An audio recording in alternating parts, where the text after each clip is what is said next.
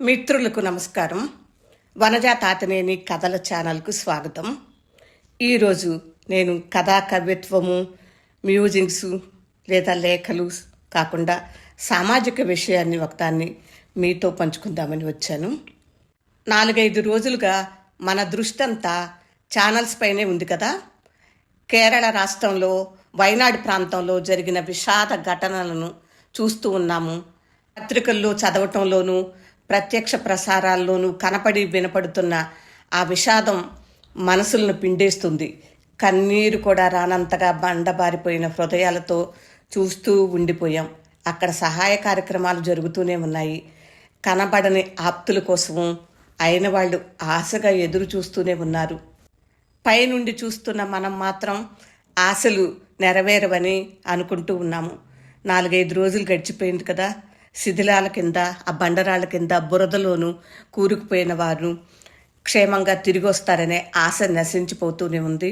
సహాయ కార్యక్రమాల్లో పాల్గొన్న వారు కూడా వారి అనుభవాలను చెప్తుంటే మనసు కలచివేస్తుంది కదా. మనిషి అన్న వాళ్ళు ప్రతివారు కూడా ఇలాంటి విషాదకర పరిణామాలు సంభవించినప్పుడు వారికి, తోటివారికి ఆపదల్లో సాయంగా నిలబడాలి. అక్కడ చాలా సహాయ కార్యక్రమాలు జరుగుతున్నాయి. మనం కూడా మనకు తగినంత, మనం చేయగలిగినంత ఆర్థిక సాయము చేస్తూనే ఉందాము. అయితే నేను ఇప్పుడు ఒక విషయాన్ని పంచుకుందామని వచ్చాను. వైనాడు ప్రాంతంలో ముండక్కై, చొరాల్మాల అనే గ్రామాలు ల్యాండ్ స్లైడ్స్లో కుప్పకూలిపోయి కనుమరుగైపోయాయి కదా. ఆ నేపథ్యం గురించి ఒక 8వ తరగతి చదువుతున్న అమ్మాయి ఊహించి రాసిన కథ మనందరికీ ఆశ్చర్యం కలిగిస్తుంది. ఆ కథ ఏమిటో చెప్పాలనే మీ ముందుకు ఇలా విచ్చేశాను. కథలోకి వెళ్ళిపోదాము. వైనాడు ప్రాంతంలోని మెప్పాడి జీవీహెచ్ఎస్ఎస్లో 9వ తరగతి చదువుతున్న లయ అనే విద్యార్థిని ముండక్కై మరియు చురాల్మల్లో ఇటీవల విషాదాల నేపథ్యంలో ఒక కథ రాసింది. ఆ కథ డిజిటల్ మ్యాగజైన్లో వెల్లారం కళ్ళుకల్ అనే పత్రికలో ఆమె కథ ప్రచురించారు. ఆ కథ పేరు ఆగ్రహ తింటే దురనుభవం, అంటే కోరికల యొక్క దుర్భరం అని రాసింది. దాన్నే ఇంగ్లీష్లో ద మిజరీ ఆఫ్ డిజైర్ అనే శీర్షికతో ప్రచురించారు. వెల్లర్మల జీవీహెచ్ఎస్ఎస్లో 8వ తరగతి చదువుతున్నప్పుడు చిన్నారి లయ ఈ కథ రాసింది. కొండ చర్యలు విరిగిపట్టడం మరియు జలపాతాల దగ్గర నీటి పెరుగుదల కారణంగా సంభవించే వినాశనాన్ని ఆ కథ స్పష్టంగా వివరించింది. కథను చదివిన వారు అప్పుడు లయ అనుకున్నదే జరిగింది అని ఆశ్చర్యపోతున్నారట. అయితే లయ ఇప్పుడు సురక్షితంగా ఉండగా ఆమె తండ్రి మాత్రం ఈ విషాద ఘటనలో మరణించారు. మనకు ఒక విషయం తెలుసు కదా, వర్షం పడితే కొండ చర్యలు జలపాతం వైపు దూసుకుపోతాయి. మానవ జీవితాలతో సహా వాటి మార్గంలో వచ్చిన ప్రతి దాన్ని కబళించేస్తాయి. ఇదే విషయాన్ని లయ తన కథలో రాసింది. ఆ విధంగానే ఇప్పుడు జరగటం యాదృచ్ఛికమే అయినప్పటికీ మనకి కథల పట్ల, కవుల పట్ల ఒక ఆశ్చర్యకరం అనిపిస్తుంది. ఎందుకంటే కవులు ముందుగా ఊహిస్తారు. వాళ్ళ ఊహాకల్పనలో ఏవేవో ఊహించి రాసినవే కొన్నిసార్లు జరుగుతూ ఉంటాయి. అయితే లయ సైన్స్ స్టూడెంట్ కావటం మూలంగా, సైన్స్ అంటే ఆమెకు అమితమైన ఇష్టం కారణంగా ఆ కొండ చర్యల ప్రాంతంలోనే తను నివసిస్తూ ఉండటం మూలంగా చిన్న చితక ఇట్లాంటి ప్రమాదాలు జరిగినప్పుడు ఆ సైన్స్ స్టూడెంట్ ఊహించి ఉంటుంది. అదే తన మనసులో భయాన్ని ఒక కథగా రాసింది. ఆ కథకి ప్రథమ బహుమతి కూడా లభించింది. తర్వాత పత్రికలో ప్రచురితమైందంట. ఆ కథ ఇలా ఉంటుంది. కథ చెప్పుకుందాం ఇప్పుడు. లయ రాసిన కథ ఆగ్రహ తింటే దురనుభవం, అంటే కోరికల యొక్క దుర్భరం. ఇంగ్లీష్లో ద మిజరీ ఆఫ్ డిజైర్ అనే కథకి ఇప్పుడు మనం తెలుగు అనువాదం విందాము. కథలో అనస్వర మరియు అలంకృత అనే 2 స్నేహితురాళ్ళు తమ కుటుంబాలకు తెలియకుండా కొండలపై ఉన్న జలపాతాన్ని చూడటానికి వెళతారు.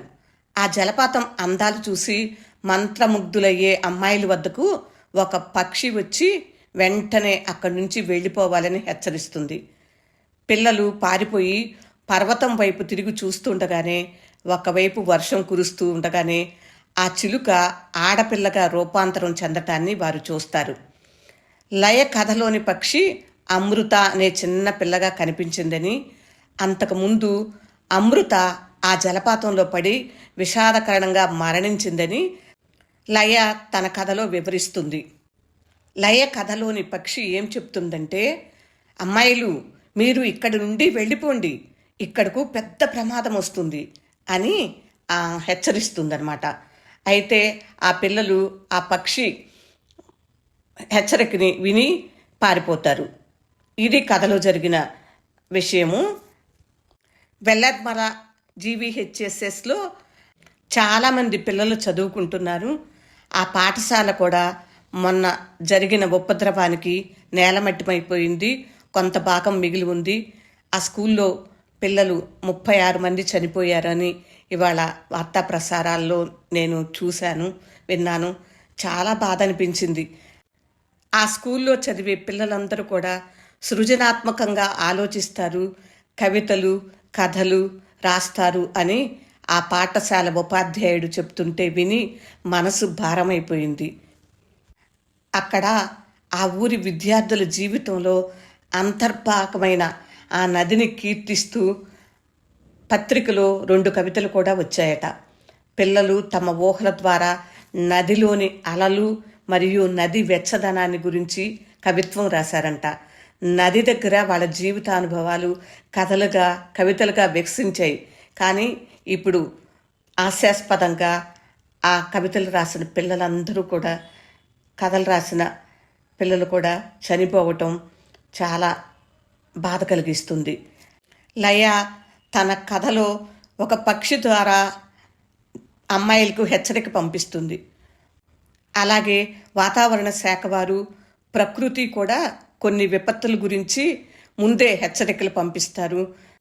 కానీ ఆ హెచ్చరికల్ని మానవులం మనం గుర్తించము, అశ్రద్ధగా ఉంటాము, తగిన మూల్యం చెల్లించుకుంటూనే ఉంటాము. ఈ ల్యాండ్ స్లైడ్స్ జరగటానికి ముందు, కొద్ది రోజుల ముందనమాట, ఒక టూరిస్టు ఆ వయనాడ్ ప్రాంతాన్ని సందర్శించి ఒక వీడియోని షేర్ చేశారు. ఆ వీడియో చూస్తుంటే అసలు అది దేవభూమి అంటే మనం నమ్మాల్సిందే, ఆశ్చర్యపోవాల్సిన అవసరం లేదు. అంత సుందరమైన, అంత ప్రశాంతమైన పచ్చని ప్రదేశము ఇవాళ ఇలా మారిందంటే చాలా బాధ అనిపిస్తుంది. ఒక పాట కూడా ఉంటుంది కదా, ఒకనాటి ఉద్యానవనము నేడు కనము అని. నిజంగా నాకు వెంటనే ఆ పాటే గుర్తొచ్చింది. చాలా బాధ అనిపించింది. మళ్ళీ అలాంటి ఆ పచ్చటి ప్రాంతాన్ని మనం చూస్తామా అనిపిస్తుంది. ప్రకృతిని మనం గౌరవించాలి, ప్రకృతి తీర్పుని కూడా శిరసా వహించాలి. ఇంతకన్నా ఏం చెప్పలేను. నాకు ఒకటే అనుమానం, అసలు ఆ వయనాడ్ విషాదం జరగకముందే ముండక్కై, చోర్మాలాల ప్రజలకు ఏదైనా హెచ్చరిక అందిందా లేదా అన్నది. అంది ఉంటే ప్రాణాలతో వాళ్ళు తప్పకుండా బయటపడేవాళ్ళు. ప్రకృతిని మనిషి అర్థం చేసుకోవటం లేదు. అనేక వినాశనాలకు మనిషే కారకుడవుతున్నాడు. అందుకే ప్రకృతి మనిషిని భయంకరంగా శిక్షిస్తుంది. అంతకు మించి చెప్పడానికి ఏమీ లేదు. ప్రాణాలు కోల్పోయిన మన భారతీయ సహోదరి సహోదరులకు మనశ్శాంతినివ్వని, ఆత్మశాంతి కలగాలని కోరుకుంటూ ఈ పోస్టు ఇంతటితో ముగిస్తున్నాను. Save soil, save environment, save trees.